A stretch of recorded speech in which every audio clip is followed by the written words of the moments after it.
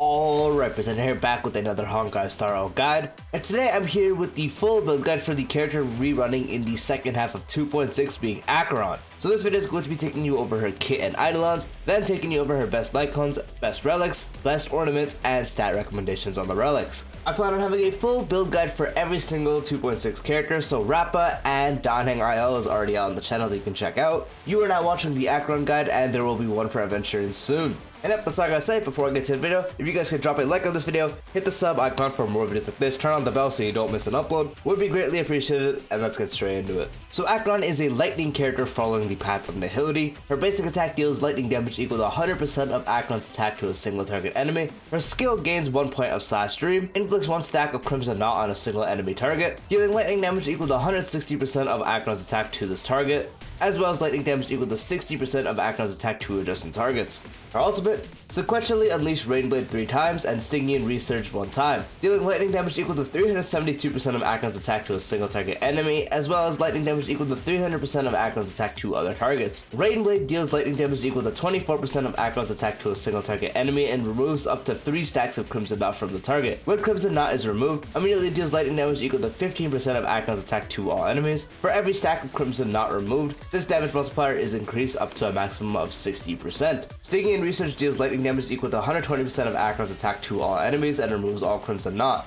Crimson Knot cannot be applied to enemies during the ultimate. Her talent, when Slash Dream reaches 9 points, the ultimate can be activated. During the ultimate, reduces enemies' toughness regardless of weakness types and reduces all enemies' all-type res by 20%, lasting until the end of the ultimate. When any unit inflicts a debuff on an enemy target while using their ability, Acheron gains 1 point of Slash Dream and inflicts 1 stack of Crimson Knot on the target. If debuffs are inflicted on multiple targets, then the 1 stack of Crimson Knot will be inflicted on the enemy target with the most Crimson Knot stacks, and can only trigger once for every ability use. After an enemy target exits the field or gets defeated by any unit while Acheron is on the field, their Crimson Knot stacks get transferred to the enemy target with the most Crimson Knot stacks on the whole field. The technique immediately attacks the enemy. At the start of each wave, gains Ascendance, dealing lightning damage equal to 200% of Acheron's attack to all enemies, and reducing toughness regardless of the weakness type to all enemies. When breaking weakness, triggers the lightning weakness break effect. Quadruplet Ascendance, after using ultimate, Acheron gains 1 point of Slash Dream and inflicts 1 stack of Crimson Knot on a single random enemy. If attacking a normal enemy, immediately defeats them without entering combat. When not hitting enemies, no technique point is consumed.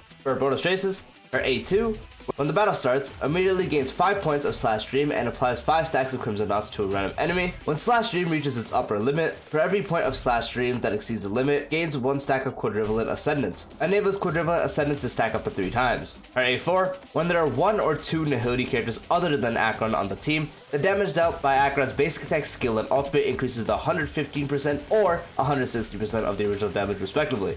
And her A6, when the ultimate's Rainblade hits enemy targets that have Crimson Knot, the damage dealt by Acheron increases by 30%, stacking up to 3 times and lasting for 3 turns. And when Stygian Resurge triggers, additionally deals damage for 6 times. Each time deals lightning damage equal to 25% of Acheron's attack to a single random enemy and is considered ultimate damage. For her eidolons, her E1, when dealing damage to debuffed enemies, increases the crit rate by 18%. For E2, the number of nihility characters required for the trace The Abyss to achieve its highest possible effect is reduced by 1. When this unit's turn starts, gains 1 point of Slash Dream and inflicts 1 stack of Crimson Knot on the enemy target with the most Crimson Knot stacks. Her E4, when enemy targets enter combat, inflicts them with ultimate damage vulnerability, increasing the amount of ultimate damage they take by 8%. And her E6, increases the all-type res pen for ultimate damage dealt by Acheron by 20%. The damage dealt by basic attack and skill will also be considered ultimate damage and can reduce enemy toughness regardless of weakness types. When breaking weaknesses, triggers the lightning weakness break effect. Moving on to the best Lightcone options for Acheron. Her best one is obviously going to be her own signature Lightcone, which is the best one by a significant amount.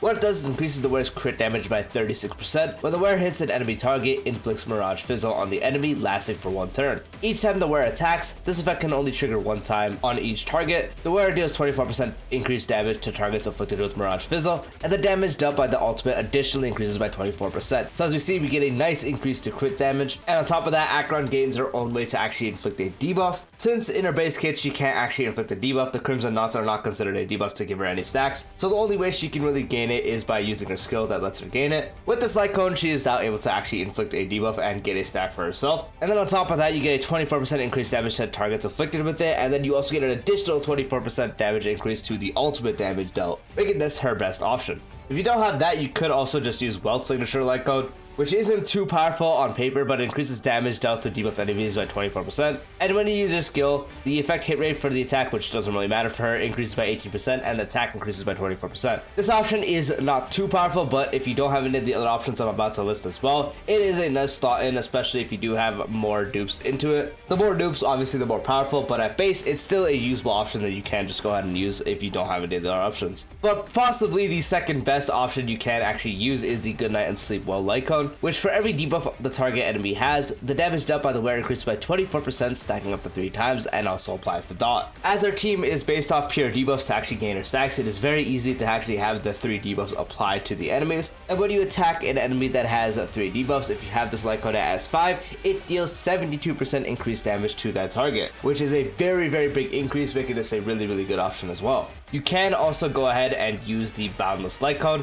which increases the wearer's crit rate by 16%, and the wearer deals 48% more crit damage to enemies that are currently slowed or have their defense reduced. The teams you run with her usually do have at least a slower or someone that can lower the enemy's defense, so usually you will actually be able to get the effect of this Lightcone. But on the off chance you might not, you definitely have to consider that you want to have this second part active, so if you don't have anyone on the team slowing or reducing defense, then this Lightcone is significantly weaker, only giving you the crit rate increase. But if you do have someone that can slow or reduce defense, which for the most part you will, you'll be able to get the full effect of this Lightcone, making it a really good option.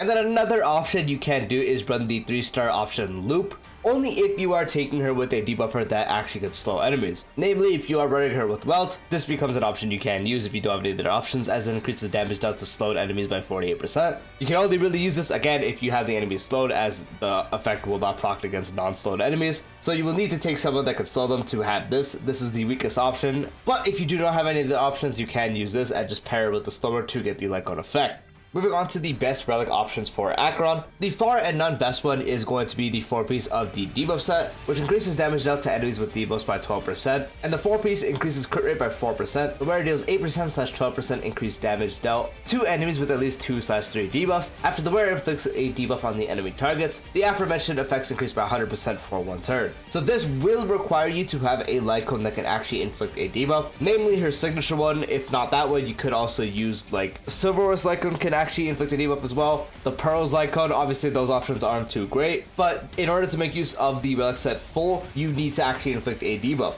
and she can't actually inflict a debuff in her kit, so you really need that signature Lightcone. So if you do not have her signature Lightcone, or you don't maybe have the pieces, you can also do 4-piece of the lightning set, which increases lightning damage by 10%, and the 4-piece, when the wearer uses a skill, increases the wearer's attack by 20% for 1 turn. As she deals lightning damage, it's going to be helpful for that 2-piece, and then you use your skill very often with Acheron, so you practically always have the 20% increase to attack. And then past that, it is practically just pairing 2-piece, so you could do 2-piece of the debuff set and 2-piece of the lightning set, or you could take 2-piece of the lightning set or debuff set and combine that with 2-piece of musketeers, which has the same thing as 2-piece of the wind soaring set. Practically just a 2-piece increase to the attack percent. That is your options for the relic sets. For the planet ornaments, the best one is going to be the Izumo set, which increases the wearer's attack by 12%, and when entering battle, if there is at least one other ally that follows the same path as the wearer, then the wearer's crit rate increases by 12%. So attack percent is really nice on Acheron, since everything else can actually be overblown. You can have a bunch of crit damage, a bunch of damage percent, so the actual attack increase is going to be nice. And on top of that, you always will have another Nihility character with Acheron, so you will practically always have the second part of the planet ornaments set active, giving you a free 12% crit rate, which is going to be really nice.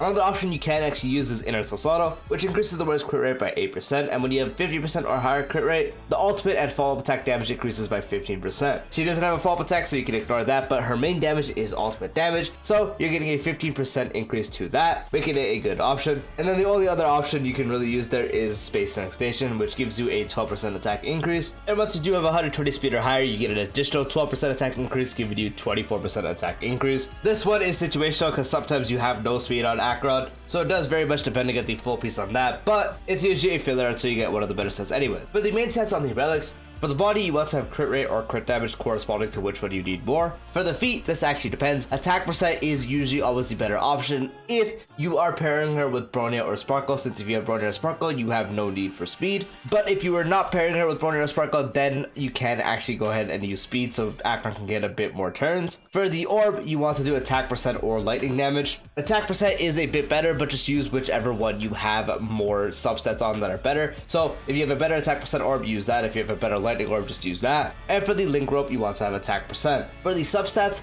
if you are running her without Sparkle or Bronia, you want to obviously prioritize getting speed to breakpoint first. And then if you're running her with Bronia or Sparkle, then ignore that part entirely. And the past that is literally just your regular DPS stats. So more crit rate, crit damage is obviously going to be beneficial. Past that, more attack percent. So once again, speed, breakpoint if you are not running Sparkle or Bronia, and if you are running them, then you just focus on crit rate, crit damage, attack percent. For the team building and team ideas section for Acheron, this part does vastly depend on what you have and if you have the E2 Acheron or not. But a generic E0 Acheron team is going to look like something with Acheron herself. Then you run 2 Nihoti characters, so Jiaoqiu is the best Nihoti partner you can actually pair with Acheron. And then you'd have another one. So a common one could be something like Black Swan. You could also run Pela. You could use Silver Wolf. There's a lot of Nihoti options you can use. Welt as well. But once again, the main thing is if you have E0, you want to prioritize having the 2 Nihoti characters. So for E0, you can just put someone like Black Swan here. So it's Jiaoqiu, Black Swan, very good. And then your last slot will always be the sustain. The best sustain for Acheron is actually Aventurine. So using him is a really good option. If you don't have him, you could sub him out for someone like Feixiao. You could use Linksha with her Lightcone if you do have that, because her Lightcone gives an additional debuff that can help. And even if you don't, she's a fine option to use. And if you don't have her, you could also use someone like Gallagher as well. Pretty much just using whatever you can. You could also use one of the preservation units that isn't Aventurine, so you could use Feixiao or even Jeopard with the Tread Lightcone to help you gain more stacks. There's a lot of options you can actually use. And if you actually do have Sparkle, even without E2 Acheron, even at E0, you could also just sub out using one of the Nihoti characters for Sparkle. You don't get the full effect of the trace, but you could actually still have Sparkle offset that with the amount of crit damage and buff she gives. So even at E0, Sparkle is a really nice option. And now, if we're talking about E2, it is practically the same thing, but you sub out the Nihoti character for a Harmony character. So as I said, Sparkle even at E0 is going to be good if you have another Nihoti character. This is literally her best team you can run, because you have Acheron herself, her at E2, she has one Nihoti character. Jiaoqiu is her best partner. But even if you have E2 and you don't have Jiaoqiu, you can just sub him out for Black Swan, again, Pela, well, all that kind of stuff. And the same with Aventurine. If you don't have Aventurine, you can sub for Linksha, Gallagher, Feixiao, Jeopard with Tread, and all that kind of stuff as well. And then Sparkle is the best Harmony support you can pair with her, since the team is pretty SP hungry. So you could also go ahead and use Bronia instead. But with Bronia, you have to manage your skill points more. It's a lot more difficult to manage skill points with using Bronia. But even if you don't have Sparkle and you have Bronia and you are up for the challenge of managing skill points, it's still a really good option to use Bronia. And yep, that is the full build guide and some team ideas for Acheron. Let me know if you guys would be subbing for her rerun or getting a Lightcone or going for E2 and all that kind of stuff. Hope you found the video helpful. Peace out.